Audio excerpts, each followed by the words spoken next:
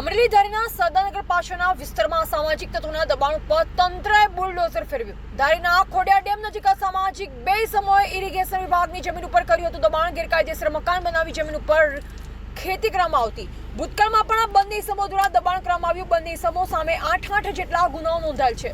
ચુસ્ત પોલીસ બંદોબસ્ત વચ્ચે ગેરકાયદેસર દબાણ દૂર કરવામાં આવ્યું। અમરેલી જિલ્લા પોલીસ વડા સંજય ખરા દ્વારા 113 જેટલા અસામાજિક તત્વોની યાદી બનાવી ગૃહ વિભાગને સોંપવામાં આવી છે।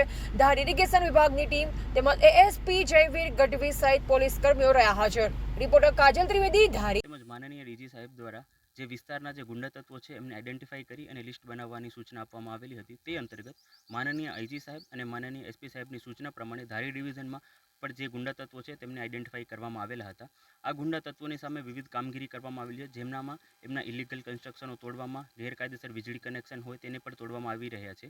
આજે જે બે ગુનેગાર છે, રામાભાઈ લક્ષ્મણ મેર તથા કાનાભાઈ લક્ષ્મણ મેર, જેમના વિરુદ્ધમાં મારામારી, પ્રોહિબિશન, ચીટિંગ, એટ્રોસિટી તથા લેન્ડ ગ્રેબિંગ જેવા અનેક ગુનાઓ દાખલ છે। તેમના દ્વારા ઇરિગેશન ડિપાર્ટમેન્ટની જે જમીન છે ત્યાં ગેરકાયદેસર બાંધકામ કરવામાં આવેલું હતું। ઇરિગેશન ડિપાર્ટમેન્ટ, લોકલ તંત્ર અને પોલીસ તંત્રના સહયોગથી આ જે ગેરકાયદેસર બાંધકામ છે એને આજે તોડવામાં આવી રહ્યું છે।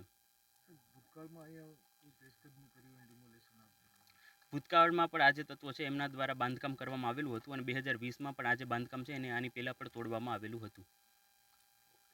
ધારી ખાતે આવેલ છે એના જે સબમર્જન વિસ્તાર છે, ડૂબ વિસ્તાર છે, એમાં સર્વે નંબર 443માં અમુક ઇસમો દ્વારા પેશકદમી કરવામાં આવેલ હતી। પેશકદમી કરનાર ઇસમનું નામ છે રામભાઈ કમાભાઈ મેર અને લખનભાઈ કમાભાઈ મેર। જેઓ દ્વારા આશરે 10 થી 12 વર્ષથી અહીંયા પેશકદમી હતી। અગાઉ સિંચાઈ વિભાગ દ્વારા 2016ની અંદર આ પેશકદમી દૂર કરવામાં આવેલ હતી। ત્યારબાદ 2020ની અંદર પણ ફરીથી બધા પાકા જે બાંધકામો અહીંયા થયેલ હતા એ દબાણ દૂર કરવામાં આવેલ અને ત્યારબાદ લેન્ડ ગ્રેબિંગનો ગુનો સિંચાઈ વિભાગ દ્વારા દાખલ કરવામાં આવેલ હતો।